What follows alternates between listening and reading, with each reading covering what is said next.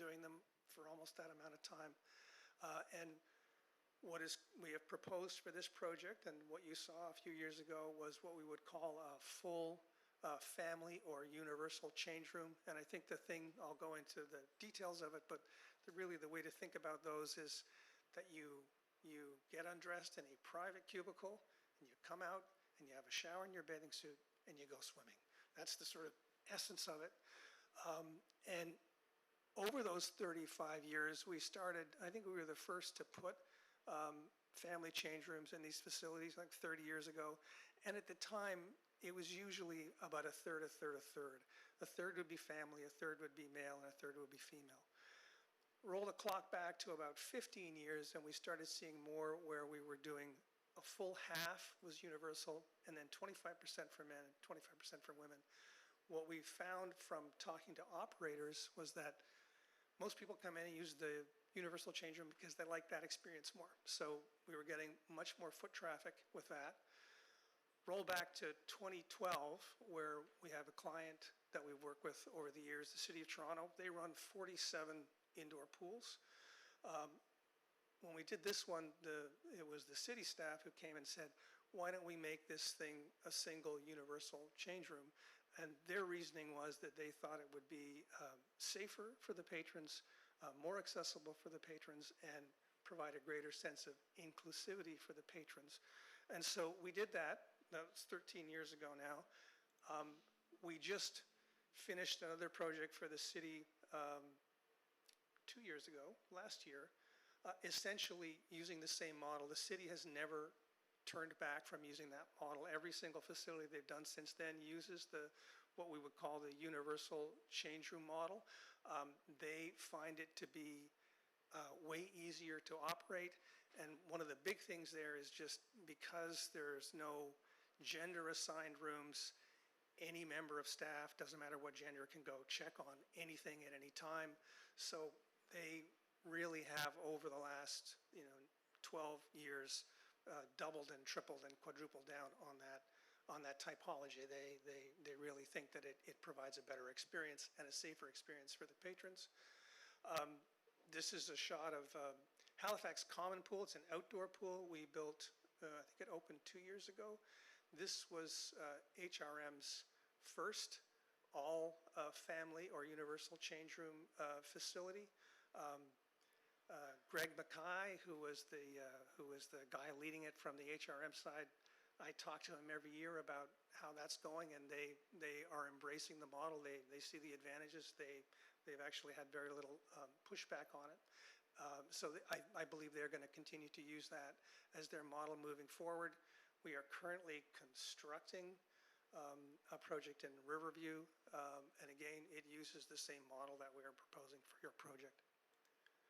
So, big question, who are they designed for?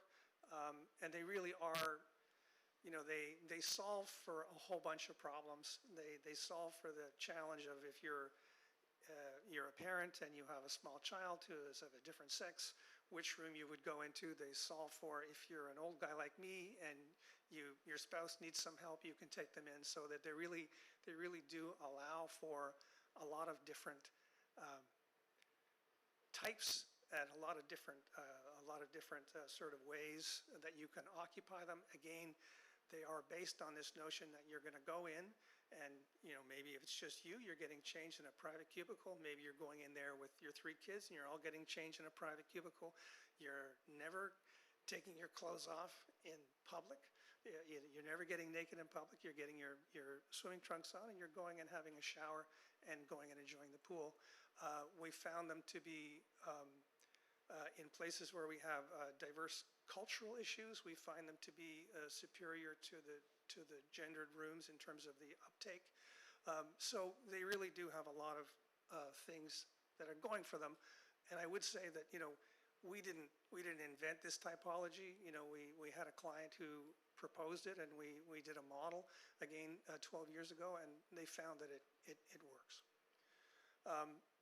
We have learned a bunch of things along the way doing them over the years, and one is that you've got to be really, provide clear directions and clear signage about, where you're going and what you're doing. They have to be easy to access.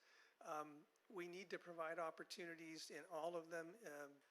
Some people are not comfortable washing their hands in public, and so we have to provide opportunities where you can do hand washing, again, in a private cubicle.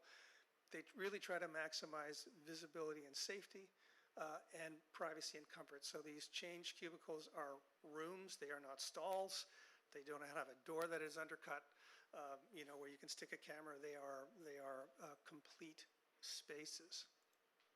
So in your facility, we're looking at a plan here. At the top is where you'd come down the corridor. You've been checked into the pool, you come down the corridor. Above that corridor is the gym, and then you come down and there are two ways in, and then there are a series of cubicles and banks of lockers, so that if you were coming in, you would go change in a cubicle, either individually, there's a variety of sizes, or with your family.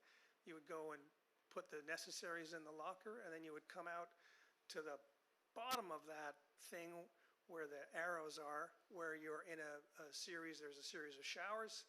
We really encourage people to take showers before they use the pool. It's kind of a legal requirement, but it also, if everybody takes a shower, you're going to use about 60 or 70% less chlorine. So we really try to ram that home. It's like, always take a shower before you go to the pool. So you can come down that way, basically use a cubicle. There are also in this space water closets that can be used as change rooms. You can see there's a large change room that's called a barrier-free water closet and shower that actually has a table, a movable table. So that's one where if you had a partner that needed some help getting dressed or changed, you could accommodate all in that. So it provides a whole variety of different options and rooms. The other thing that we've learned sort of over the years is that some people, they're great, happy to take the shower going in their bathing suit.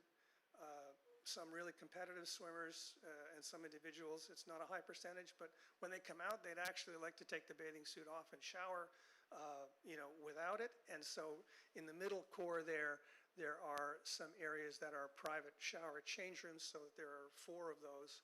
So again, just trying to accommodate all the sort of different needs and possibilities that might occur.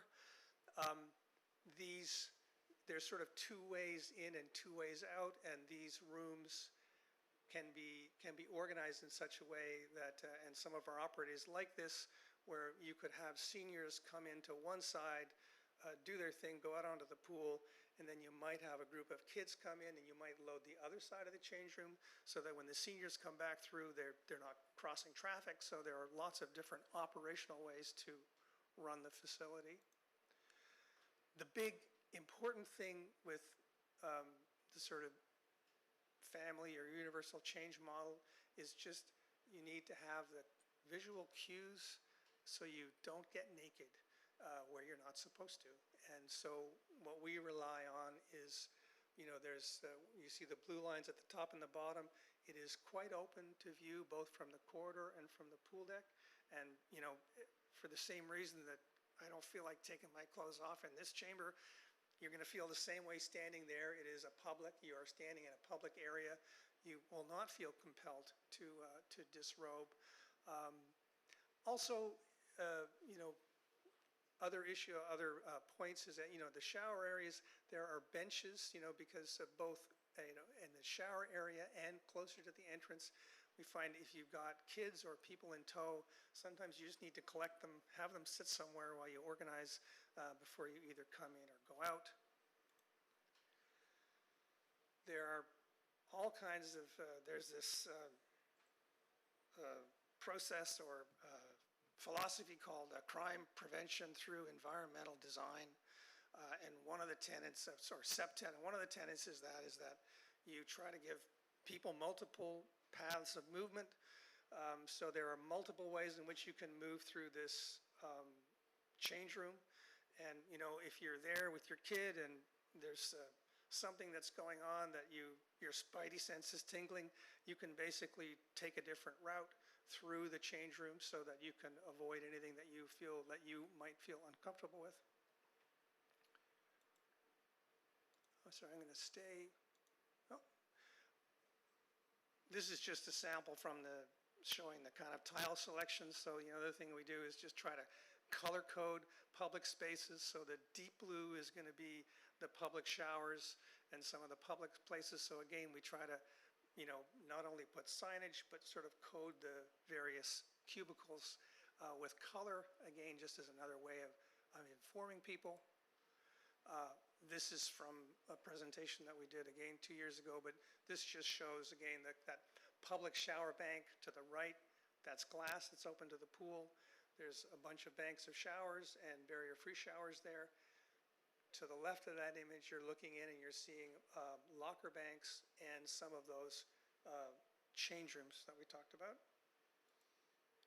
And then this is a view you would be looking, those sight lines that go all the way through. So again, you're looking right through to the pool. You have banks of lockers on your right, and then again, those series of those enclosed private change rooms of various sizes to the left. And that is the end of my presentation. Thank you. Thank you, Mr. Allen. I guess we'll open the floor to questions or comments from members of council. Councillor Doyle.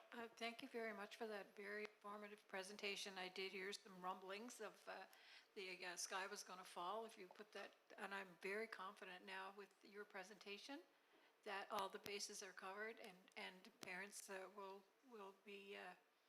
feel very comfortable in there. And again, you mentioned about if the son has his daughter there, where does he go? Does he take her in the men's or does he take her in the women's? Which one is he allowed in? So I feel very confident that this is really going to work. There's lots of options for parents.